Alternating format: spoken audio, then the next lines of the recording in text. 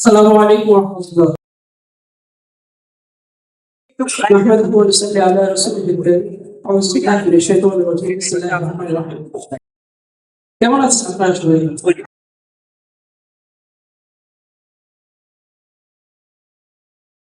আমার আলোচনার বিষয় আমার আলোচনার বিষয় হলো ইসলাম বিদ্বেষ এবং বাংলাদেশের প্রেক্ষাপটে। প্রথমত আপনাদেরকে কয়েক বছর আগে ঘটে যাওয়া একটা ঘটনা দিয়ে শুরু। আপনারা তো আবরার ফাহাদের কথা সবাই জানেন। আবরার ফাহাদকে কিভাবে হত্যা করা হয়েছিল? তাকে রুমে ডেকে নিয়ে যাওয়া হয়। রুমে ডেকে নিয়ে যাওয়ার পরে তাকে বেশ কিছুক্ষণ পেটানো হয়। যে পেটাচ্ছিল সবচেয়ে বেশি সে হচ্ছে মাদকাসক্ত ছিল, সে মদ খেয়ে পেটাচ্ছিল। সো এই জন্য সে ইচ্ছা মতো মারছিল। তারপর একটা পর্যায়ে গিয়ে আবরার ফাহাদকে মারা বন্ধ করে তারা ভাত খাওয়ায়। এরপর তারা আবার মারে এবং মারা যাওয়ার পর তার লাশটা তারা সিঁড়িতে ফেলে চলে আসে। তো যখন কাউকে এভাবে পেটানো হয়, নর্মালি কাকে এভাবে পেটানো হয়? এই ধরনের পেটানো একটা সাধারণ সমাজে কাকে পেটানো হয়? কাউকে না, আসলে কাউকে পেটানো হয় না। গণপিটুনি দেওয়া হয় চোর ডাকাতদেরকে, তাই না? যখন চোর ডাকাতদেরকে ধরা হয় তখন গণপিটুনি দেওয়া হয়। কিন্তু আবরার ফাহাদকে কেন গণপিটুনি দেওয়া হয়েছিল? কেন ছাত্রলীগ মেরেছিল? যদি আমরা ছাত্রলীগের ভাষ্য শুনি, এখন তো আমরা অনেক কিছু শুনি, তাই না? যে আবরার ফাহাদ ছিলেন একজন সাম্রাজ্যবাদ বিরোধী কিছু একটা, ভারত বিরোধী কিছু একটা, অনেক কিছু, এগুলো সবই সত্য হতে পারে।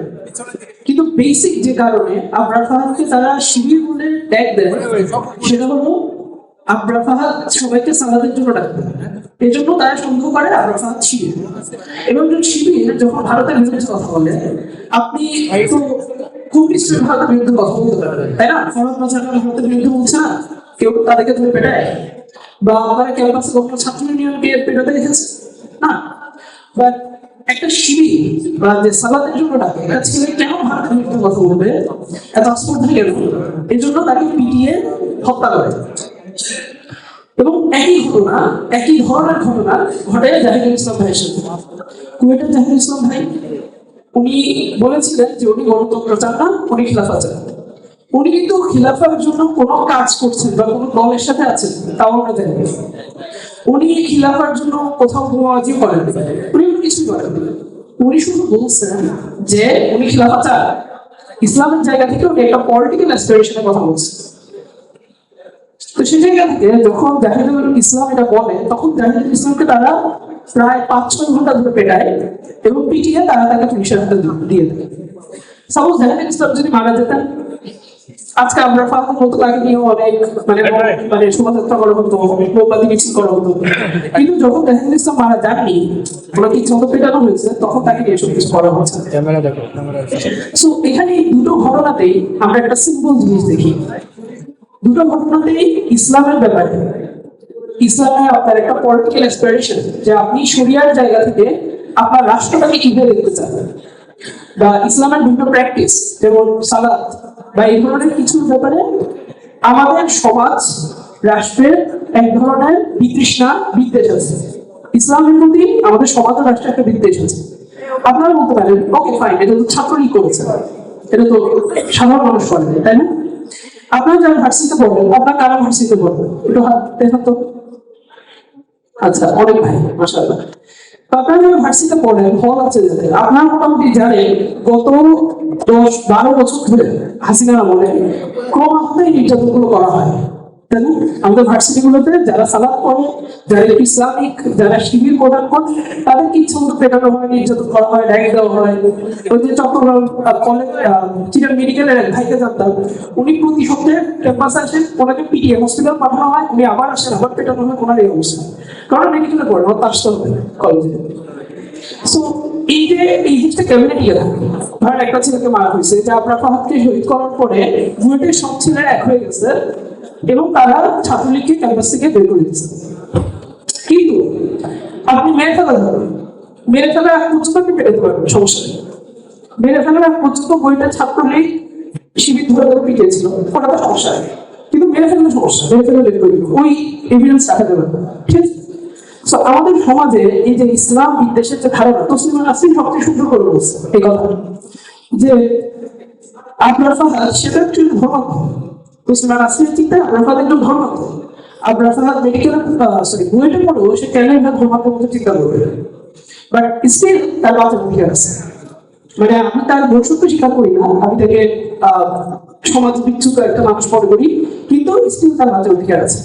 এবং এটা তসলিমা নাসরিনের কথা না, কিন্তু এটা আমাদের সমাজের সামগ্রিকভাবে এই ধরনের একটা চিন্তা আছে যে যারা ইসলাম ধারণ করে এবং ইসলামের জায়গা থেকে কথা বলে, যারা খেলাফত চাইবে এই ধরনের কিছু, তাদেরকে নিয়ে যা ইচ্ছা আসলে করা যাবে, ঠিক আছে। এবং আবরার ফাহাদকে ভার্সিটিতে মানা হয়েছে ছাত্রলীগ, যাদের কি কোনো প্রশাসনিক ক্ষমতা নেই, কিন্তু যখন প্রশাসনিক ক্ষমতা থাকে, যেমন পুলিশের মোদি বিরোধী আন্দোলন, মোদি হচ্ছে একটা ওয়ার্ল্ড ক্লাস ক্রিমিনাল, ঠিক আছে, যাকে গুজরাটের কথা বলা হয়, তার বিরুদ্ধে আন্দোলন করার কারণে রাস্তায় 17 জন 20 জন মানুষকে মেরে ফেলছে। আমাদের সমাজে কি এটা নিয়ে আপনি একটা ছোট মানব বন্ধুরা দেখছেন? আমাদের সমাজে এটা নিয়ে না। তো দেখা যাচ্ছে যে আমাদের আমি মেইনলি 3টা জিনিস বলবো, একটা হচ্ছে মিডিয়া, আর একটা এডুকেশন ইনস্টিটিউশন এবং সরকার, বাট এর বাইরেও অনেক কিছু আছে। মিডিয়ায় আমরা দেখি যখন দেলোয়ার হোসেন সাঈদীকে অ্যারেস্ট করা হয়, মামুনুল হককে অ্যারেস্ট করা হয়, তখন ওনাদেরকে সাথে সাথে ধর্ষক ট্যাগ দিয়ে দেওয়া হয়। যেমন 71 টিভিতে আপনারা সার্চ দিয়ে দেখতে পাবেন যে 71 টিভিতে সরাসরি এটাই লেখা যে অন্যের স্ত্রী নিয়ে ধরা পড়লেন মামুনুল হক, নাউজুবিল্লাহ, এই ধরনের কথা সরাসরি লেখা, মানে ধরা পড়ার অভিযোগ আছে তার, এরকম কিছু না, সরাসরি যে উনি অন্যের স্ত্রী নিয়ে ধরা পড়ছে।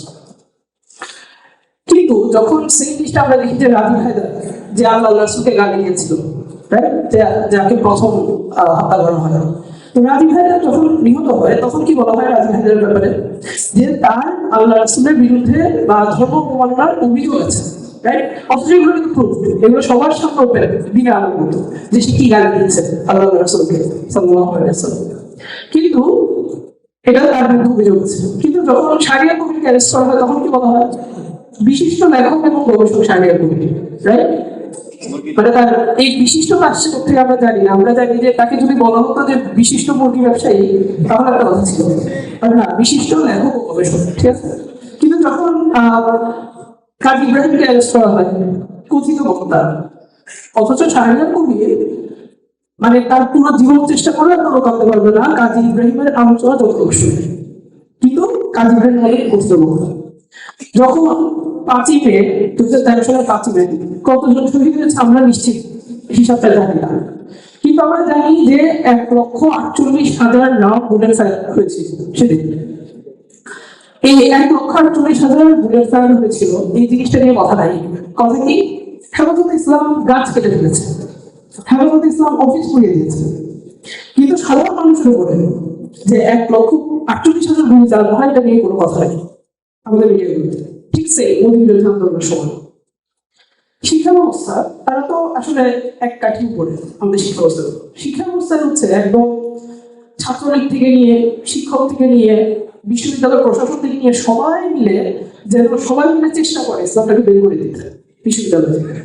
শুধু ছাত্রলীগ মানে তা না, আমরা দেখি ভার্সিটি প্রশাসন কোরআন তেলাওয়াত প্রোগ্রামের অনুমতি দেয় না, কিন্তু পূজার অনুমতি আছে, বাকি সবকিছু অনুমতি আছে, কিন্তু কোরআন তেলাওয়াতের অনুমতি নেই। গণ ইফতারে ছাত্রলীগ অ্যাটাক করে, তাদেরকে কিন্তু কোনো ব্যবস্থা নেওয়া হয় না।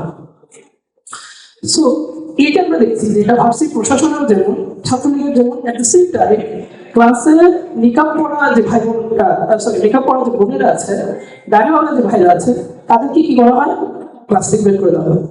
তাদেরকে বিভিন্ন সময় বিভিন্ন হ্যারাসমেন্টের শিকার হতে হয়। যখন মেডিকেল বোনরা ভাইরা দিতে যান তাদেরকে মেকআপ করতে বাধ্য করা হয়। তার মানে শিক্ষক থেকে নিয়ে, ছাত্র থেকে নিয়ে, প্রশাসন সবাই মিলে এই জিনিসটাতে যুক্ত, ঠিক আছে। সো এরপর আমরা দেখি সরকারে আমরা তো এই যে পতিত স্বৈরাচার হাসিনা, তার এরকম কথা আছে বিজ্ঞানের ব্যাপারে, এদেরকে দেখতে তার মতো মনে হয়, বা অনেকের থেকে আসলে অনেক ধরনের কথা আছে, সেটা আসলে ইসলাম বিদ্বেষী কাজও করেছে। এখন মনে হতে পারে যে আচ্ছা হাসিনার যুদ্ধ শেষ, তাই না, এখন তো এটা হবে না, এখন তো আমরা একটা লিবারেল সেকুলার গভর্নমেন্ট পাইছি, কতবার সবাই এগিয়ে থাকতে চায়, আলেম ওলামার সাহায্য চায়, কিন্তু যিনি যাদের থেকে থিওরি না হয়, যারা একদম ক্ষমতার কাছাকাছি, মাহফুজ আলমদের মতো লোকরা, তারা কি বলে, তারা বলে যে মানে হাসিনার যে মুজিববাদ, এই মুজিববাদ হচ্ছে রাষ্ট্রীয় ফ্যাসিবাদ এবং ইসলাম হচ্ছে সামাজিক ফ্যাসিবাদ। অর্থাৎ রাষ্ট্রীয় ফ্যাসিবাদের সাথে আমাদের যেভাবে মোকাবেলা করতে হবে, মানে রাষ্ট্রীয় ফ্যাসিবাদকে যেভাবে দূর করতে হবে, সেভাবে ইসলামকেও সমাজ থেকে দূর করতে হবে। অর্থাৎ ইসলামকে সামাজিক ফ্যাসিলিটি হিসেবে সংস্কৃতি করতে হবে। এটা তার লেখা আছে, আপনার প্রথম আলোতে তার সাক্ষাৎকার আছে, আপনারা পড়ে দেখতে পারেন। তারপর কি বলছি, ইসলামী রাষ্ট্রকল্প এটা হচ্ছে একটা ফ্যাসিবাদ বলা, অর্থাৎ মুজিববাদ, হাসিনা বা শেখ মুজিবের যে মুজিববাদ ছিল সেটা যেরকম ফ্যাসিবাদী, সেরকম ইসলামী রাষ্ট্রকল্প হচ্ছে ফ্যাসিবাদী তাদের দৃষ্টিতে। ঠিক আছে, তো তার মানে দেখা যাচ্ছে যে আমাদের ইসলামোফোবিয়া শেষ হয়নি, আমাদের সমাজে ইসলামোফোবিয়া স্টিল আছে, স্টিল এই কাজগুলো করতে পারে। এই যে আমরা যে কাজগুলো করতে পারছি, আমরা যে চিন্তাগুলো করতে পারছি, এটা তো একটা প্রমাণ না ইসলামোফোবিয়া চলে গেছে? না, এটা প্রমাণ না, এটা প্রমাণ হচ্ছে সরকার দুর্বল। যখন আনসাররা আসে, আনসাররা আওয়ামী লীগের পক্ষ থেকে আসে আন্দোলন করতে, সরকার কিছু করতে পারে না, ছাত্ররা গিয়ে দমন করতে হয়। ঠিক আছে, সেরকম যখন আইনজীবীরা হাসিনার পক্ষে স্লোগান দেয়, শেখ হাসিনার সরকার বারবার দরকার, এটা নিয়ে স্লোগান দেয়, সেখানেও সরকার কিছু করতে পারে না, ছাত্রদের গিয়ে প্রতিবাদ করতে হয়, ঘেরাও করতে হয়। তো তার মানে সরকার আসলে দুর্বল। যদি যারা এই ধরনের ইসলামের ব্যাপারে এই ধরনের ধারণা লালন করে, তার যদি শক্তিশালী হতো, চিন্তা করেন আজকে এইগুলো আমরা করতে পারতাম না, যেভাবে আমরা হাসিনা আমল করতে পারি। সো আমরা ইসলাম বিদ্বেষ নিয়ে কথা বলবো। ইসলাম বিদ্বেষের ব্যাপারে নর্মালি ইসলাম বিদ্বেষের ইসলামোফোবিয়া, রাইট? সো ইসলামোফোবিয়া নিয়ে পশ্চিমা দেশগুলো তো কথাবার্তা হয় যে ইসলামোফোবিয়ার মোকাবেলা করতে হবে, এই করতে হবে, সেই করতে হবে। তো ইসলামোফোবিয়া তারা যেভাবে দেখে এবং আমরা যেভাবে দেখি, ইসলাম বিদ্বেষ জিনিসটা তারা যেভাবে দেখে আমরা যেভাবে দেখি, দুটার মধ্যে আকাশ পাতাল পার্থক্য আছে। তারা যেটা দেখে, তারা ইসলামকে দেখে একটা এথনিসিটি হিসেবে, একটা জাতীয়তা হিসেবে। যেমন মিশরের একটা জাতীয়তা আছে, আরবের একটা জাতীয়তা আছে, ওয়েস্টার্নের একটা জাতীয়তা আছে, সেরকম একটা জাতীয়তা হিসেবে দেখে। তেমন এন্টিসেমিটিজম, ঠিক আছে, অর্থাৎ কি ইহুদি বিদ্বেষ না, মানে সেমেটিক বিদ্বেষ, সেমেটিকদের প্রতি যে বিদ্বেষ সেটা হচ্ছে এন্টিসেমিটিজম। ওইভাবে তারা ইসলামোফোবিয়াকে দেখে। মানে কি, আপনি দাঁড়িয়ে রাখার অধিকার, আপনার হিজাব পরার অধিকার, এই ধরনের অধিকারগুলোর পক্ষে ওই পশ্চিমা যে লিবারেলরা আছে ইসলামোফোবিয়ার বিরুদ্ধে বলে, তারা বলে কিন্তু ইসলামের কিছু আপনার মধ্যে থাকতে হবে না, ইসলামের আর কিছু আপনাদের থাকতে হবে না, কিছু সাইন থাকে যে আপনাকে দেখে বুঝতে হবে যে আপনি মুসলিম, মুসলিম ব্যাকগ্রাউন্ড থেকে আসছে, কিন্তু আর কিছু থাকা যাবে না। এই জন্য আপনারা দেখবেন যে এখানে চীনের আপনারা অনেকে, সে হচ্ছে সমকামী ট্রান্সজেন্ডার সবার সাথে নাচে, কিন্তু মাথায় হচ্ছে হিজাব। ঠিক আছে, সে কিন্তু ইসলামোফোবিয়ার বিরুদ্ধে হবে কথাবার্তা বলে, ইসলাম বিদ্বেষের বিরুদ্ধে হবে কথাবার্তা বলে। কিন্তু আমরা যখন ইসলাম বিদ্বেষের ব্যাপারে কথা বলি, তখন আমরা বলি যে ইসলামের জায়গা থেকে, যে ইসলাম পালনের যে অধিকার, ইসলামের জায়গা থেকে কথা বলার যে অধিকার, ইসলাম এজ এ দিন, একটা জাতীয়তা হিসেবে না, ইসলাম একটা দিন হিসেবে আমার একটা ধারণ করার যে অধিকার, এবং সেই অধিকারটা যখন হরণ করা হয়, সেটাকে আমরা ইসলাম বিদ্বেষ করি। শুধুমাত্র দাড়ি টুপি না, শুধুমাত্র হিজাব না, এই ধরনের কিছু না। আমরা হচ্ছে ইসলামকে এজ এ দিন, মানে কমপ্লিট কোড অফ লাইফ হিসেবে আমরা যখন সেটা ফলো করতে যাই, সেই জিনিসটা অধিকারটা আমরা হরণ করা হয়, ইসলামের জায়গা থেকে কিছু বলার অধিকার হরণ করা হয়, সেই জায়গা থেকে আমরা কথা বলছি ইসলাম বিদ্বেষ নিয়ে। তো ইসলাম বিদ্বেষের ব্যাপারে আপনারা সবাই মোটামুটি জানেন যে ইসলাম বিদ্বেষ হয় বাংলাদেশে, অনেক জায়গায় অনেক ইসলাম বিদ্বেষ হয়, ইসলাম বিদ্বেষ আছে। কিন্তু এটার সলিউশন কি? সলিউশন বলার জন্য অনেক বড় বড় ভাই আপনারা এমসেটের যে সেমিনার ছিল সেটা শুনেছেন। আমি আরো বেসিক জায়গা থেকে কথা বলি, আরো কয়েকটা বেসিক জায়গা থেকে কথা বলি। ইসলাম বিদ্বেষ যখন আমরা হীনমন্য থাকি, ঠিক আছে, যখন অবস্থা হয় যে আমাদেরকে তারা কোথাও দাঁড়াতে দেয় না, কোথাও কথা বলতে দেয় না, যেমন আমরা যখন অ্যাক্টিভিস্ট ভাইদের সাথে বসি, তখন এই ধরনের কথাগুলো আসে যে ভাই আমাদেরকে তো স্যাররা জিজ্ঞেস করে আমাদের রাজনৈতিক পরিচয় কি, ঠিক আছে, বা ছাত্ররা আমাদেরকে অন্যভাবে দেখে। তো এই যে সমস্যা যে আমরা কোথাও দাঁড়াতে পারি না আমাদের অবস্থানগুলো নিয়ে, এটার কারণে দুই ধরনের রিয়াকশন হয়। প্রথম রিয়াকশনটা হচ্ছে আমাদের, এটা দেখবেন এটা শুধু ওয়েস্টার্ন, এটা বাংলাদেশের সব জায়গায় এই প্রবণতাটা আছে। আমাদের দেখাতে হবে সেকুলারদের কাছে গিয়ে গিয়ে যে দেখেন ভাই আমরা জঙ্গিদের মতো না, আমরা জঙ্গি না, আমরা শিবির না, আমরা হিজবুত তাহরির না, আমরা এগুলো কিছু না, আমরা খুব ভালো, আমরা আপনাদের মতো, আমাদেরকে একটু নামাজটা পড়ার সুযোগ দেন, আমাদেরকে একটু দাঁড়িয়ে টুপি রাখার সুযোগ দেন, এটা আমি কিছু বললাম সেকুলারদের কাছে। আচ্ছা, তো সেকুলারদের কাছে যখন যাচ্ছে, তাহলে তো তারা মৌকা পেয়ে গেছে, যে হ্যাঁ তারা তো দুর্বল, তারা দুর্বল হিসেবে আমার কাছে আসছে। সো তখন তাদের পজিশন হচ্ছে আচ্ছা তাহলে তুমি এটা করো, তাহলে তুমি এটা করো, ঠিক আছে, তাহলে তুমি ইসলামের রাষ্ট্রকল্পের বিরুদ্ধে বলো, তুমি জামাতের বিরুদ্ধে বলো, তুমি জঙ্গিদের বিরুদ্ধে বলো। এগুলো করে করে তারা আপনার থেকে আস্তে আস্তে করে দিনের যা কিছু আপনার মধ্যে ছিল সবকিছু কেড়ে দেয়। তারা আপনাকে দাঁড়িয়ে রাখতে দেয়, তারা আপনাকে হিজাব করতে দেয়, তারা আপনাকে মুসলিম আরবি নামগুলো রাখতে দেয়, কিন্তু ইসলামের আর যা কিছু আছে আপনার মধ্য থেকে সবকিছু কেড়ে নেয়। ঠিক সেই জিনিসটা আমরা দেখি, বুঝছেন? আপনারা সাংবাদিক ইংরেজির সাথে কথা জানেন, আপনারা ইলহাম বড় কথা জানেন, তারা ইসলাম বিদ্বেষের বিরুদ্ধে অনেক কাজ করে, করতে করতে অবস্থাটাই পর্যায়ে পৌঁছেছে যে তারা সবচেয়ে বড় ইসলাম বিদ্বেষী হয়ে গেছে। যখন উগান্ডা এই সমকামীদের বিরুদ্ধে আইন হয়, তখন তারাই সবার ফার্স্টে প্রতিবাদ জানায়। আপনারা দেখবেন যে যখন আফগানিস্তানে আল্লাহ বিজয় দেন মুজাহিদদেরকে, তখন আপনি দেখবেন যে পশ্চিমা যত যাদেরকে আমি স্কলার বলে জানি, যারা ইসলাম বিদ্বেষীর বিরুদ্ধে কথা বলে, আমরা দেখি যে সবাই এসে তারা বিরুদ্ধে কথা বলতেছে। গত 20 বছর আমেরিকা ছিল, গত 20 বছর তারা মুসলমানদেরকে হত্যা করছে, যা ইচ্ছা তা করছে মুসলমানদের সাথে। আমরা মন্তানোর কথা জানি, আমরা আফগানিদের কথা জানি না, এগুলো কোনোটাই ইস্যু না। ইস্যু হচ্ছে যে ওরা কেন ক্ষমতা আসলে ওরা মেয়েদের পড়াশোনা বন্ধ করে দিবে, অথচ এই মেয়েগুলোর উপরে গত 20 বছর আপনি বলে ফেলছেন। এই মেয়েগুলোর বাবা নাই, ভাই নাই, আমেরিকার 20 বছর পেশার কারণে সেটা কোনো সমস্যা নেই। সমস্যা কি? যখন একটা ইয়ে আসবে তার মেয়েদের পড়াশোনা বন্ধ করে দিবে। সো দেখুন এই অবস্থাটা যে আমরা বাংলাদেশেও দেখি যে কিছু কিছু মানুষ, যেমন ফরিদউদ্দিন মাসুদের মতো অনেকে আছে, আপনারা দেখবেন যে তারা সরকারের কাছে গিয়ে সরকার কত ভালো, কত মহান, এই ধরনের কথাবার্তা বলা, এটা এই ধরনের একটা মানুষ তারা গ্রহণ করে গেছে। যেমন মাওলানা জুবের সাহেবের একটা বই পড়ছিলাম আমি কয়েকদিন আগে, যে শুকরানা মাহফিল নিয়ে। শুকরানা মাহফিলের স্পিচ গুলো আমি আগে সেভাবে শুনি নাই, কনফিডেন্ট হতো, তো আমি যখন পড়ছিলাম মানে খুবই বিরক্তিকর লাগছিল, মানে আমি আগাতে পারছিলাম না। ব্যাপারগুলো কেমন যে এই যে মাননীয় প্রধানমন্ত্রী শেখ হাসিনা, উনি আমাদেরকে কত ভালোবাসেন, উনি তাহাজ্জুদের নামাজ পড়েন, উনি নামাজ কালাম পড়েন, ওই যে আসিফ ভাই যেভাবে বলেন ইসলাম থেকে গড়াত দিয়ে যায় নামাজে পড়েন, ঠিক আছে? তিনি অনেক অবদান রাখেন ইসলামের জন্য, ঠিক আছে? তার বাবাও ইসলাম ফাউন্ডেশন প্রতিষ্ঠা করছেন, অনেক কিছু। বাংলাদেশের প্রধান সমস্যা কি? প্রধান সমস্যা হচ্ছে মৌদুদিবাদ। বাংলাদেশের প্রধান সমস্যা হচ্ছে আহলে হাদিস ফিরকা। মানে আমার সব মুসলমান আমার সমস্যা, কিন্তু তার হাসিনা আমার সমস্যা, ঠিক আছে? বা এই তার প্রতি যে সংবিধান, তার প্রতি যে সিস্টেম মুজিববাদ, এগুলো আমার সমস্যা। তো এই অবস্থাটা হয় যখন আপনি অ্যাকচুয়ালি মুসলমানদের বিরুদ্ধে দাঁড়িয়ে যান, আপনি অ্যাকচুয়ালি ইসলামের বিরুদ্ধে দাঁড়িয়ে যান, তখন আপনি সেকুলার দেখে দেখাতে চান যে না ভাই আমি কত ভালো, আমি কত অসাধারণ। তো দ্বিতীয় একটা ওয়ে আছে, এই ওয়েটার পরে দ্বিতীয় আরেকটা ওয়ে আছে, সেটা হচ্ছে সেটা একটু কঠিন ওয়ে, সেটা আপনি ইমিডিয়েটলি তেমন বড় কোনো ফল দেখবেন না সেটা, বাট সেটা যদি আপনি লেগে থাকতে পারেন, আল্লাহ হয়তো আপনাকে সেই পথে বিজয় দেবেন। সেটা হচ্ছে সমাজের কাছে পৌঁছে যাওয়া, সমাজের কাছে দাওয়া নিয়ে যাওয়া, নিজের আদর্শ কম্প্রোমাইজ না করে। যখন আপনি কাজটা করতে যাবেন, তখন দেখা যাবে যে আপনার মনে হচ্ছে যে ইসলামোফোবিয়া বাড়ছে। আপনার মনে হবে, ধরেন আপনাকে আমরা এখন যে কাজগুলো করবো, সেটা ধরুন যখন আপনি করবেন, সরকার তো আপনাকে পছন্দ করবে না, তাই না? বা যে সেকুলার শাসন বা তাগুতি শাসন, তারা তো পছন্দ করবে না, তারা আপনাকে জেলে নিয়ে যাবে, জেলে নিয়ে নির্যাতন করবে।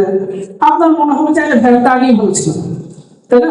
এইসব করা হতো, আমার ইসলামোফোবিয়া তো আর বাড়ছে মনে হচ্ছে না। ব্যাপারটা কিন্তু তার ব্যাপারটা হচ্ছে আপনি তখন তার কাছে ইম্পর্টেন্ট, আপনি ইম্পর্টেন্ট দেখেই সে আপনার উপর নির্যাতন করে, আপনাকে জেলে ঢুকে যাতে আপনি কাজ করতে না পারেন, ঠিক আছে? অনেক সময় পরিবেশ যখন খারাপ হয়, পরিস্থিতি যখন খারাপ হয়, আমরা মনে করে শুধুই না পরিস্থিতি অ্যাকচুয়ালি আমার বিরুদ্ধে যাচ্ছে, ব্যাপারটা কিন্তু সবসময় এরকম না। একটা সিম্পল উদাহরণ দিই, জুলাই আন্দোলনের সময় যখন ছাত্ররা রাস্তায় নামে, এবং ওই সময় আমার একটা এস্টিমেশন ভুল ছিল, আমি ভাবছিলাম যে সরকার সাধারণ ছাত্রের উপর গুলি করবে না। তো ওই দিন আমি আন্দোলনে ছিলাম 19 তারিখ বা 18 তারিখ এরকম কোনো একদিন। তো আমি আন্দোলনের নিউজ পাই যে আবু সাঈদ শহীদ হয়েছে, আবু সাঈদকে শহীদ করা হয়েছে। তো ওর পরে মানে আমার অ্যাকচুয়ালি ভাবতেছিলাম যে হয়েছে মানে একটা জেনোসাইডের মতো কিছু একটা হবে, এবং আসলেই তাই হয়েছে। জেনোসাইড হয়েছে আমাদের দেশে, গণহত্যা হয়েছে, তাই না? যে 2000 মানুষ হত্যা করা হয়েছে, এটা হচ্ছে আমাদের জানা হিসাব অনুসারে। আর কত মানুষ হত্যা করা হয়েছে আমরা জানি। তো এই 2000 মানুষকে হত্যা করার পরে ওই সময়টা আমাদের কি মনে হচ্ছিল যে অ্যাকচুয়ালি নেট বন্ধ করে দিচ্ছে, জায়গায় থেকে মারা খাচ্ছে, আন্দোলন নামতে পারতেছে না কোথাও, এরকমই তো মনে হচ্ছিল। কিন্তু অ্যাকচুয়ালি এটা কি আরো ভালো হয়েছে না খারাপ হয়েছে? ভালো হয়েছে, যে পরিস্থিতি আরো ভালোর দিকে গেছে। হাসিনার বিরুদ্ধে আরো বেশি মানুষ মোবাইলাইজ হয়েছে, এবং একটা পর্যায়ে গিয়ে হাসিনা বদল হয়েছে, হাসিনা পালাতে বাধ্য হয়েছে, ঠিক আছে? সবসময় পরিস্থিতি খারাপ হওয়া মানে এই না যে আপনার সবকিছু আমার বিরুদ্ধে যাচ্ছে। তো অনেক সময় এটা হচ্ছে আমাদের সাহাবাদের সময় আমরা দেখি যে যখন আমাদের সাহাবাদেরকে কাফেররা নির্যাতন করা শুরু করে, যখন সুমাইয়া রাদিয়াল্লাহু আনহাকে হত্যা করা হয়, যখন ওর পুরো পরিবারকে নির্যাতন করা হয়, মুসলিমরা যখন হিজরত করতে বাধ্য হয়, তখন অ্যাকচুয়ালি কি পরিস্থিতি খারাপ, মানে ওনাদের বিরুদ্ধে যাচ্ছিল না ওনাদের পক্ষে যাচ্ছিল, ওনাদের পক্ষে যাচ্ছিল। যে ওই নির্যাতনটা তারা তখনই করা শুরু করে যখন তারা মুসলমানদেরকে গুরুত্বপূর্ণ মনে করা শুরু করে, যখন তার জন্য থ্রেট হিসেবে দেখা শুরু করে, ঠিক আছে। এবং তারপরে মুসলিমরা আরো বেশি বেশি মানুষ ইসলাম গ্রহণ করা শুরু করে এবং মুসলিমরা একটা সেফ জায়গায় গিয়ে আল্লাহ তাদেরকে বিজয় দেয়, ঠিক আছে। সো আমাদের সাহাবাদের ওয়ে কি, আপনারা যদি মক্কি জিন্দেগি থেকে দেখেন আমাদের সাহাবারা কিভাবে কাজ করছে। আমাদের সাহাবারা সমাজ বিচ্ছিন্ন ছিলেন, আমাদের সাহাবারা নিজের মতো করে নিজের আলাদা একটা বাহন তৈরি করে ওটার মধ্যে ছিলেন, নাকি তারা সমাজের মানুষের কাছে গিয়ে তাওহীদের বার্তাটা দিচ্ছে, সমাজের মানুষের কাছে গিয়ে তাওহীদের দাওয়াত দিচ্ছে। অবশ্যই তারা সমাজে যারা কাফের তাগুত বা সাধারণ কাফের যারা হয়তো অত খারাপ ছিল না তাদের কাছে গিয়ে তারা দ্বীনের বার্তাটা পৌঁছে দিয়েছে, তারা তাওহীদের বার্তাটা দিয়েছে, ঠিক আছে। তারা সত্য নির্যাতনের সত্য অনেকে অনেক কথা শুনে পেয়ে তা সত্ত্বেও তারা সমাজের মানুষের কাছে যাওয়া পৌঁছে দিয়েছে। এটা হচ্ছে প্রথম কাজ। দ্বিতীয়ত আমাদের সাহাবারা কি করছে, ওনারা কোরআন থেকে রাসূলুল্লাহ সাল্লাল্লাহু আলাইহি ওয়াসাল্লামের গাইডেন্সে তারা কোরআন থেকে শিখছেন, রাসূলের কথা শিখছেন এবং সেই অনুসারে তারা নিজের উপর আমল করছেন। যেমন একটা সুন্দর কথা আছে আমাদের সাহাবী সম্পর্কে, যে ওনারা 10 আয়াত করতেন, যতক্ষণ এই 10 আয়াতের উপর আমল করতে না পারতেন ততক্ষণ ওনারা পরে 10 আয়াত করতেন না। এবং অনেক সাহাবা ছিলেন যারা ইন্তেকাল করছেন তাদের একটা সূরা শুধু মুখস্থ ছিল, ঠিক আছে। সো তারা নিজেদেরকে সেভাবে তৈরি করছেন, তাদের ইমানগুলোকে তারা তৈরি করছেন। এটা হচ্ছে 2 নম্বর। 3 নম্বর কিছু নিজেদের মধ্যে তারা একটা শক্তিশালী বন্ডিং তৈরি করে ফেলেছে, যে একজন সাহাবার কষ্টে আরেকজন সাহাবার আসবে, একজন সাহাবা নির্যাতিত হচ্ছেন, আবু বকর রাদিয়াল্লাহু আনহু এসে তাকে মুক্ত করে নিয়ে যাবে, ঠিক আছে। তারপর নিজের একটা কমিউনিটি আকার থাকবে, একজন সাহাবার যদি নির্যাতিত হলো অন্য সাহাবারা তাকে হেল্প করতে আসবে, এইভাবে করে তাদের মধ্যে একটা বন্ডিং তৈরি হয়, ঠিক আছে। এই জিনিসপত্রগুলো এই কাজগুলো যখন আমরা আমাদের সমাজের ক্ষেত্রে বলি তখন আমরা বাংলাদেশের কনটেক্সটে হয়তো বাংলাদেশে তো আরো অনেক ধরনের দাওয়া আছে, তাই না, সবাই তো দাওয়াতি কাজ করে, তাবলিগি জামাত আছে, তারপর গণতান্ত্রিক ইসলামী দলগুলো আছে বা হেফাজত ইসলাম অনেকেই আছে। সো ওই দাওয়াগুলো থেকে একটু আলাদাভাবে বোঝানোর জন্য আমরা এই দাওয়াটাকে বলি ইসলামী সোশ্যাল অ্যাক্টিভিজম, ঠিক আছে। তো এই সোশ্যাল অ্যাক্টিভিজম কি, আসলে সোশ্যাল অ্যাক্টিভিজম কেন করতে হয়, বা এটা করলে অ্যাকচুয়ালি কিভাবে আমি ইসলাম বিদ্বেষ থেকে বের হবো, কিভাবে আমি সমাজে ইসলামকে শক্তিশালী করবো। সোশ্যাল অ্যাক্টিভিজমের একদম প্রথম কথা হচ্ছে আপনি সমাজের মানুষের কাছে গিয়ে ইসলামের বার্তা পৌঁছে দিয়ে নিজের একটা দাঁড়ানোর জায়গা তৈরি করবেন। যদি এক লাইনে বলেন, ঠিক আছে, এখানে কয়েকটা দিক আছে। একটা জিনিস হচ্ছে আপনার প্রথম অডিয়েন্স, আপনার প্রথম গোল, আপনি যাদের কাছে দাওয়া নিয়ে যাবেন, যাদেরকে আপনি আপনার সংগঠনে আনবেন, যাই কিছু করবেন, এটা অবশ্যই সাধারণ মানুষকে টার্গেট করবে, এটা দিন ভাইদেরকে টার্গেট করে দেবে, এটা বা অন্য দলের বা অন্য কোনো গণতান্ত্রিক ইসলামী দলের বা তাবলিগি বা যে কারো এরকম কোনো দিন ভাইদেরকে টার্গেট করবে না, টার্গেট হচ্ছে সাধারণ মানুষ। একটা সিম্পল জিনিস বলি ভাই, সেকুলারদেরকে কেউ পছন্দ করে না, জাফর ইকবালকে কেউ পছন্দ করে না, তোসিম নাসরিনকে কেউ করে বা শাকিল কবির কেউ করে না, কিন্তু তারা কিভাবে একটা সমাজকে পরিবর্তন করে দিয়ে তারা আমাদের বিরুদ্ধে ঢুকে সেই সমাজে, এটা তারা কিভাবে করে। আমরা ইসলামপন্থীরা ধরেন কয় পার্সেন্ট হবো, ধরেন যারা আমরা ইসলামের জায়গা থেকে কথা বলি, ইসলামকে পালন করার চেষ্টা করি, আমরা কয় পার্সেন্ট, পুরো সমাজে ধরেন 2%, তাও খুব বেশি করে ধরলে 2%, আরো কম হবে, ওই যে ভাই মাথা নাড়াচ্ছেন, বাট আরো কম, ঠিক আছে। আমি 2% ধরে নিই, সেগুলো তো আমাদের চেয়ে আরো কম, তাই না। তাহলে ওদেরকে আমি ধরে নিই ধরেন তাও 2%, কিন্তু সমাজের যে বাকি 2%, 4%, বাকি 96% মানুষ তারা তো মুসলমান, তারা তো আল্লাহ রাসূলকে ভালোবাসে। যখন রাসূলুল্লাহকে গালি দেওয়া হয় সাল্লাল্লাহু আলাইহি ওয়াসাল্লাম, তখন পুরো বাংলাদেশকে অচল করে গালি দিছিল, আমি না সাধারণ মানুষরা, তাই না। এই যে কিছুদিন আগে কাজ মিছিল হলো, এরা কারা, এরা কি ইসলামিক, এরা হচ্ছে সাধারণ ইউনিভার্সিটি গুলোর সাধারণ ছেলেপেলে। আপনি এদের চুলের কাটিং বাজার প্যান্ট কোথায় আছে এগুলো দেখে আপনি বুঝবেন। তো এই মানুষগুলো যারা ইসলামকে ভালোবাসে, কিন্তু সেকুলারদের দীর্ঘদিনের বয়ানের কারণে, তারা মিডিয়া, শিক্ষা ব্যবস্থা সবকিছু দখল করে নেওয়ার কারণে তারা ইসলামের আরেকটা পয়েন্ট তৈরি করার কারণে তারা ইসলামকে অন্যভাবে দেখে। তারা হয়তো দাড়ি টুপি করা ছেলেকে পছন্দ করে না, তারা হয়তো ছেলে যদি একটু অন্য টাইপের কথাবার্তা বলে, শরিয়ার কথা বলে, অন্য কিছু, বাপ মারা ভয় পেয়ে যায়, তাই না? সো ওই মানুষগুলোকে তারা ম্যানিপুলেট করে তারা আমাদের কাজ করার জায়গাটা নষ্ট করে দিচ্ছে, তারা আমাদের অবস্থানটাকে সংকীর্ণ করে দিচ্ছে সমাজে। তো আমার কাজ কি? আমার কাজ হচ্ছে মানুষগুলোকে আমার দিকে আনা, তাই না? তো এই যে সাধারণ মুসলমান, আমরা সেকুলার ইসলামকে ঘৃণা করে, ইসলামকে ভয় পাবা, তারা কেমন পর্যন্ত আল্লাহ তাদের ইসলামকে ঘৃণা করবে, তাদের কি আমাদের চিন্তা নাই? তারা ইসলামকে ভয় পাবে, সমস্যা নেই, তাদের ইসলামকে ভয় পাওয়াই উচিত। বাট সাধারণ যে মানুষরা আছে, 96% যে মানুষরা, এই মানুষগুলো মুসলমান, এদের ইমান রক্ষা করা আমাদের দায়িত্ব না, বা তাদের কাছে দিনের দাওয়াত নিয়ে যাওয়া, বা তাদেরকে পরিবর্তন করা, যাতে করে সেকুলার আমার সমাজে ইসলামের ব্যাপারে একটা ক্রিমিনালাইজেশন তৈরি করতে না পারে, এটা কি আমার দায়িত্ব না? তো সেই জায়গা থেকে আমরা বলি যে এই যে 96% যারা আছে, এরা হচ্ছে আমাদের কোর টার্গেট। এদেরকে টার্গেট করে আপনার কাজ করতে হবে। আপনি স্কুলে যাবেন, আপনি ইয়াং জেনারেশন নিয়ে কাজ করবেন, তাদের সমস্যাগুলো নিয়ে কথা বলবেন।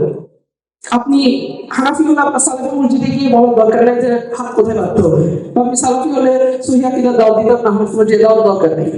আপনি সাধারণ মানুষগুলোর কাছে যাবেন, তাদের প্রবলেমসগুলো নিয়ে কথা বলেন। ছেলেরা এখন ঠিকমতো পড়াশোনা করতে পারে না, তাদের লাইফে ডিপ্রেশন, কেন? তার ব্রেকআপ হয়েছে, তার হচ্ছে পর্ন দেখে, সে পর্ন তার ব্রেন নষ্ট করে দিচ্ছে, ঠিক আছে? তারপর সে কিশোর গ্যাংয়ে দাঁড়িয়ে যাচ্ছে। আপনি এগুলোর সমাধান নিয়ে তার কাছে যাবেন। সাধারণ মানুষ, দ্রব্যমূল্য ঊর্ধ্বগতিতে অবস্থা খারাপ, সবজির বাজার আগুন, আপনি এগুলো নিয়ে কথা বলেন। আপনি জুলাই গণহত্যায় যে সাধারণ মুসলমানরা মারা গেছে, তাদের রক্তের দাম নিয়ে কথা বলেন। কিন্তু আমরা ওই জিনিসটা করতে পারি না দেখে, আমরা নিজের সার্কেল আবদ্ধ থাকি দেখে, আমরা যখন কাজ করতে যাই তখন আমরা নিজের সার্কেলের মধ্যে থাকি দেখে আমরা কি হয়, আমাদের অবস্থাটা কি হয়, আমরা ওই সাধারণ মানুষগুলোকে পাই না। যেমন এই যে সেমিনার হচ্ছে বিভিন্ন জায়গায়, আলহামদুলিল্লাহ খুবই অসাধারণ কাজ হচ্ছে, এবং এটার কারণে এই যে সেমিনার বাড়ছে, আমরা ইসলামের জায়গা থেকে কথা বলতে পারছি, অনেক নেগেটিভ থেকে হচ্ছে, ভালো। বাট সেমিনারের যে টপিকগুলো হয়, সবগুলো এমন টপিক হয় যেগুলো আমরা শুধু ইসলামিকদেরকে আনতে পারবো, সাধারণ মুসলমানদেরকে না। তো সাধারণ মুসলমানদেরকে টার্গেট করে আপনি কাজ করতে হবে যদি আপনি বাংলাদেশ ইসলামকে শক্তিশালী করতে চান এবং সেকুলারদেরকে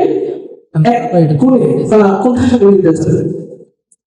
দ্বিতীয়ত, আমাদের নিজেদের জায়গায় জায়গায় নিজেদের সংঘবদ্ধ হয় একটা ক্লাব বা এই ধরনের কিছু আমাদের থাকতে হবে, যেটা আপনার সুবিধা হয় আপনার এলাকা অনুসারে। কেন সেটা থাকতে হবে? প্রথমত, যদি আপনার একটা ক্লাব না থেকে আপনি কাজগুলো করতে পারবেন না, যে আপনাদের ক্যাম্পেইন করা, এই ক্যাম্পেইন করা, বা ধরেন কোন একটা বিষয়ের বিরুদ্ধে মিছিল নামানো, বা লিফলেটিং করা, বা সমাজের মানুষের কাছে আমি কাজ করবো, এই কাজটা আপনি ক্লাব ছাড়া করতে পারবেন, আপনার টিম ছাড়া করতে পারবেন না। দুই নম্বর হচ্ছে, যখন আপনার গায়ে আঘাত আসবে, যখন আপনাকে কোনো কিছু টাইপ দিয়ে যাবে, আপনি কাজ করতে আপনার প্রবলেম হবে না তা তো না। তো আপনার পক্ষে যখন আপনি চান যে আপনার পক্ষে কেউ কথা বলুন, কেউ দাঁড়ান, তো সেটা কিভাবে হবে যদি আপনি একা একা কাজ না করেন? ঠিক আছে, আমরা আমাদের সাহাবাদের ক্ষেত্রে কি দেখি? আমাদের সাহাবারা নিজেদের মধ্যে সংবদ্ধ থাকতেন। যেমন যখন আমাদের সাহাবারা ইয়াতে যান, নাজ্জাশী ওখানে, তারা যখন হিজরত করে যান, তখন তারা সবসময় কমিউনিটি ভিত্তিতে থাকতেন, নিজেদের আপনি ঠিক করতেন, ঠিক করতেন, সেই অনুসারে তারা কাজ করতেন। তো আমাদেরও জায়গা থেকে গিয়ে, যেহেতু আমাদের পক্ষে সম্ভব না যে পুরো দেশে একটা সংগঠন করা, তো আমাদের জায়গায় থেকে এরকম ক্লাব করে করে আমাদেরকে সংগঠিত হয়ে সেটা নিয়ে আমাদের কাজ করতে হবে, বিভিন্ন ইস্যুতে বা সমাজের মানুষকে টার্গেট করে এই কাজগুলো আমাদেরকে করতে হবে। তৃতীয়ত যেটা, সেটা হচ্ছে আমাদের নিজেদেরকে তৈরি করা, সেটা কোরআন সুন্নাহর ভিত্তিতে। দুই ধরনের ট্রেনিং আছে আসলে। একটা হচ্ছে আপনার আকীদা মানহাজ, যে আপনি যেটা বিশ্বাস করেন, আপনি তো ইসলামকে ধারণ করেন, ইসলামকে ধারণটা আপনি কিসের ভিত্তিতে করেন? ফেসবুকে বিভিন্ন ভাইরাল পোস্ট দেখে করেন নাকি অ্যাকচুয়ালি আপনার নলেজটা আছে? অ্যাকচুয়ালি আপনি কেন ইসলাম জাহিলিয়াত থেকে শ্রেষ্ঠ এটা এক্সপ্লেইন করতে পারেন, সেটা দরকার। এটা হচ্ছে এক ধরনের ট্রেনিং। আরেক ধরনের ট্রেনিং হচ্ছে আমরা সমাজে কাজ করতে পারা। কেমন ধরনের কাজ? লিফলেটিং, পোস্টার, তারপর কোনো একটা ইভেন্ট আপনাকে নামাতে বলা হলে সেটা মিছিল অর্গানাইজ করা, মাঝে মধ্যে ভাঙচুর করা, এটা এখন দরকার নাই, এই ধরনের কিছু। সো এই জিনিসগুলো যখন আপনি এই কাজগুলো করতে পারবেন এবং আপনার আকীদা মানুষ তৈরি হবে, তখন আপনি একজন দক্ষ ইসলাম আন্দোলনের কর্মী হয়ে যাবেন। ঠিক আছে? সো এবং এই জিনিসটা কিভাবে ইসলাম ফোবিয়াকে ইয়া করবে, আপনি যখন সমাজের কাছে যাবেন, সমাজের চিন্তাগুলো ধীরে ধীরে পরিবর্তন হওয়া শুরু করবে। আজকে থেকে 4-5 বছর আগের কথা চিন্তা করেন, এখন চিন্তা করেন। ট্রান্সজেন্ডারিজমের ব্যাপারে বা ইসলামপন্থীদের ব্যাপারে, এই ধরনের ব্যাপারগুলোতে আমাদের সমাজের অবস্থাটা করতে এগুলোর ব্যাপারে আমাদের সমাজের অবস্থাটা কোন জায়গায় ছিল, এখন কোন জায়গায়, ইসলাম কোন থেকে কথা বলার সুযোগ আগে থেকে বাড়ছে, বা আমরা আমাদের যে বয়ানগুলো সেকুলারদের বিরুদ্ধে সেগুলো আমরা আরো ভালোভাবে তৈরি করতে পারছি। এই যে গত ভ্যালেন্টাইন্স ডেতে আলহামদুলিল্লাহ পুরো বাংলাদেশে প্রায় 2 লক্ষ লিফলেট বিতরণ হয়েছে, ঠিক আছে, এবং অনেক সাধারণ ছেলে পেলে দেখা যাচ্ছে যে আমাদের ওই দাওয়াগুলোর একটা ফর্ম হচ্ছে এই কালো মিছিল, যেটা সাধারণ ছেলেরা ফাসিক ছেলেরা নেমে করছে, ঠিক আছে। সো এইভাবে আপনি সমাজকে ধীরে ধীরে আপনার সাইডে আনতে পারবেন, সমাজকে আপনি ধীরে ধীরে আপনার পক্ষে আনতে পারবেন এবং ইসলাম সম্পর্কে সচেতন করতে পারবেন, যাতে করে সমাজ একটা সময় সরে গেছে।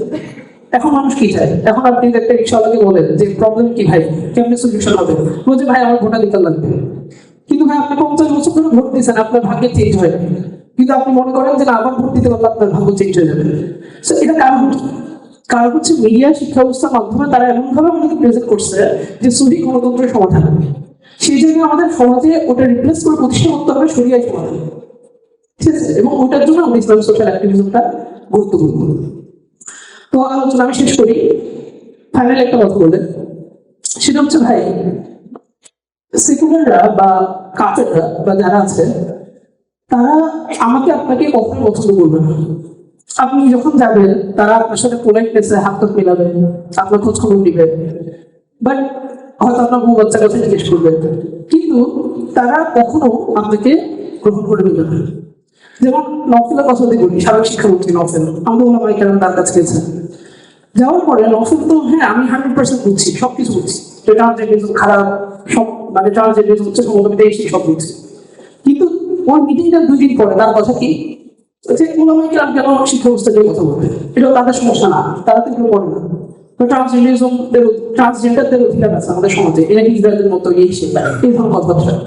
সো যখন আপনি তার কাছে যাবেন, সে আপনাকে একটু সময় দিবে, একটু কথা শুনবে, তখন আপনার মনে হবে যে না অ্যাকচুয়ালি সে আপনাকে অনেক কি পছন্দ করতেছে, পাত্তা দিচ্ছে, কিন্তু এগুলো হয় না, পৃথিবীর ইতিহাসে কোথাও হয় না।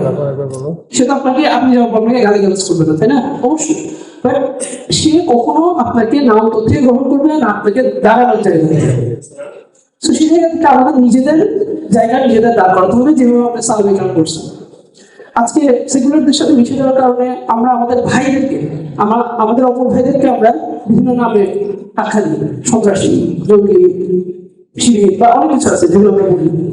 তো এই জিনিসপত্রগুলো আমরা সাহাবাদের মধ্যে দেখি না। আমাদের সাহাবারা কি কখনো কাফেরদের কথা শুনে রাসূলুল্লাহ সাল্লাল্লাহু আলাইহি ওয়াসাল্লামকে জাদুকর বলছিলেন? না, কখনো বলেন নাই, বা কবি বলছিলেন? কখনো বলেন নাই। কিন্তু তারা নিজেদের অবস্থানগুলোকে ঠিক রাখছে। যখন মুসলিমরা নিষিদ্ধ মাসে কিছু কাফেরকে বন্দী করে হত্যা করে ফেলে, তখন এটা করা জায়েজ ছিল না, মুসলিমরা করে ফেলে, তখন আল্লাহ আয়াত নাযিল করেন যে এই কাজটা অবশ্যই ভুল, কিন্তু তার চেয়েও বড় ভুল কাফেররা যে কুফরগুলো করে, যে জুলুমগুলো করে, এটা হচ্ছে তার চেয়েও বড় অপরাধ। তো এই জিনিসটা বলার মাধ্যমে আমরা কি বুঝতে চাই যে আমরা সেকুলারদের কাছে যাচ্ছি, যে সেকুলাররা তো কখনোই কোরআনে এরকম আয়াত আছে যে তারা কখনোই কাফেররা এই যে খ্রিস্টানরা কখনোই আপনাকে গ্রহণ করবে না যতক্ষণ আপনি দিন পুরোটা ছেড়ে দেন।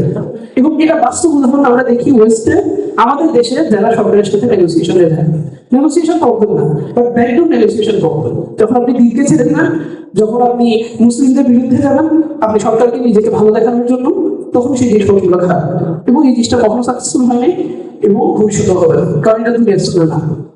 তো আসেন আমরা সাহাবায়ে কেরামের রাস্তায় চিন্তা করি, সাহাবায়ে কেরামের পথে কাজ করি, এবং যে কাজগুলো অ্যাকচুয়ালি বাংলাদেশের রাজনীতি সমাজনীতি অনুসারে যে জিনিসপত্রগুলো কম্প্রোমাইজ না করে আমরা করতে পারি আমার জায়গা থেকে, সেই জায়গা থেকে আমরা কাজ করি, তাহলে আপনার কখনো পরিবর্তন আনতে বেশি মানুষ লাগে না। এটা শুধু ইসলামের ক্ষেত্রে না, এটা কাফেরদের ক্ষেত্রে পরিবর্তন আনতে আপনার বেশি মানুষ লাগে না। আমরা দেখি সাহাবায়ে কেরাম কতজন ছিলেন, 10 লাখ সাহাবা ছিলেন, কিন্তু মাত্র 50 বছরের মধ্যে, হিজরতের পরে মাত্র 50 বছরের মধ্যে পুরো দুনিয়ার অর্ধেক ইসলামের হয়ে গেছে। এবং সাহাবারা শুধু ব্লেসেড জেনারেশন এই জন্য না, এটা কমিউনিস্টদের ক্ষেত্রে আমরা দেখি খুবই কম সময়ে অসংখ্য দেশে, নর্থ আমেরিকার অসংখ্য দেশে তারা বিদ্রোহ নিয়ে আসছে। কিভাবে?